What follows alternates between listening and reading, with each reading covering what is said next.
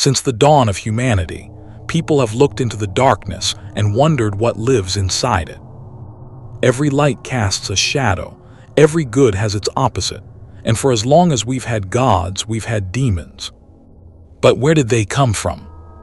How did the idea of these malevolent beings take root in our stories, our fears, and our beliefs? The origin of demons isn't tied to one culture or one religion. It's older, woven into the foundation of how humans have always tried to explain suffering, death, and temptation. In the earliest civilizations, long before the word demon ever existed, people already believed in spirits, forces that could bring both blessing and ruin. In ancient Mesopotamia, one of the oldest known cultures on Earth, these spirits were known as Udiku and Lilu. Some were protectors, while others were destroyers. The Mesopotamians believed that sickness, madness, or misfortune came from being touched by a malevolent spirit. Priests and healers would perform rituals to drive them away, using chants and protective charms made of clay or bronze.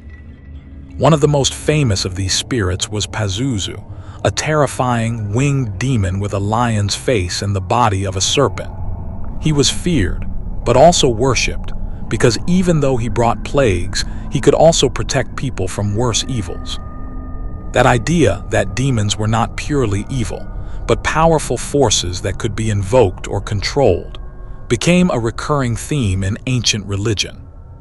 In ancient Egypt, the line between gods and demons was even thinner. Egyptian mythology was filled with supernatural beings who served higher deities, punishing the wicked or guiding souls through the afterlife. Some were protectors, others were tormentors.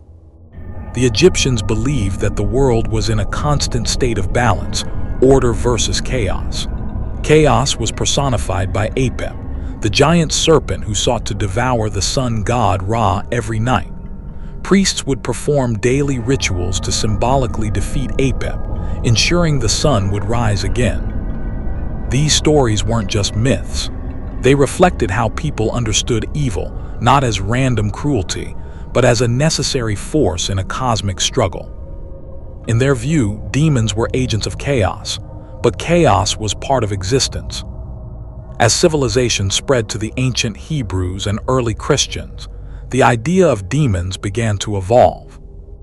In Hebrew tradition, there were unclean spirits known as Shedim, beings that existed between the worlds of angels and humans. Some scholars believe they originated from older Babylonian ideas of destructive spirits.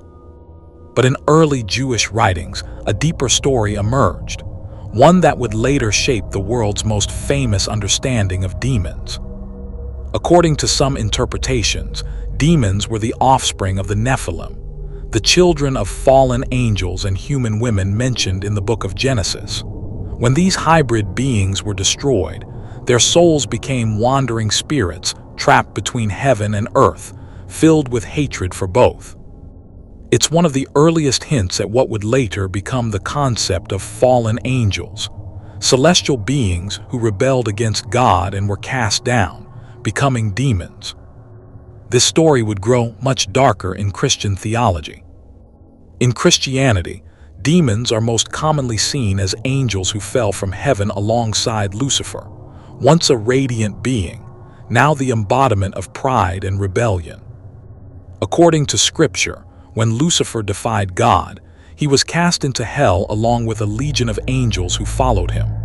These fallen angels became demons, forever separated from divine grace, driven by hatred and envy for humanity, the one creation God loved more than them. Through the Middle Ages, this belief became the foundation of demonology, the study of demonic hierarchy and influence. Theologians and monks wrote grim catalogs of demons, describing their powers, names, and the sins they tempted humans to commit. Demons like Asmodeus, the spirit of lust, and Belial, the lord of corruption, were said to rule over legions of lesser spirits. These weren't just stories told to scare people. They were moral warnings, spiritual battles described through the language of monsters and nightmares. The church believed that demons could possess humans, feeding on sin or fear, and that only prayer and exorcism could drive them out. To this day, that idea of demonic possession remains one of the most terrifying aspects of human belief. But outside the Western world, demons took on very different shapes. In India, ancient Hindu texts describe asuras, powerful beings who constantly battle the gods, known as the Devas. Unlike the Christian view of demons as purely evil, the asuras are complex, not evil for evil's sake, but often motivated by pride, ambition, or jealousy. In Buddhist mythology, there are Mara, demons who try to distract or corrupt humans from achieving enlightenment. When Buddha meditated under the Bodhi tree, Mara sent visions of fear, desire, and doubt, everything to break his will. The story represents something universal, that demons aren't just creatures outside of us, but also the dark forces within. In ancient Japan, demons are known as oni, horned, terrifying creatures often depicted with clubs and red skin. They're not just mindless monsters, they are manifestations of human wickedness. According to legend, humans who committed great crimes or acts of cruelty could be transformed into oni after death, cursed to roam the world as demonic spirits. It's a haunting idea that demons might not have been created by gods or fallen angels, but by us.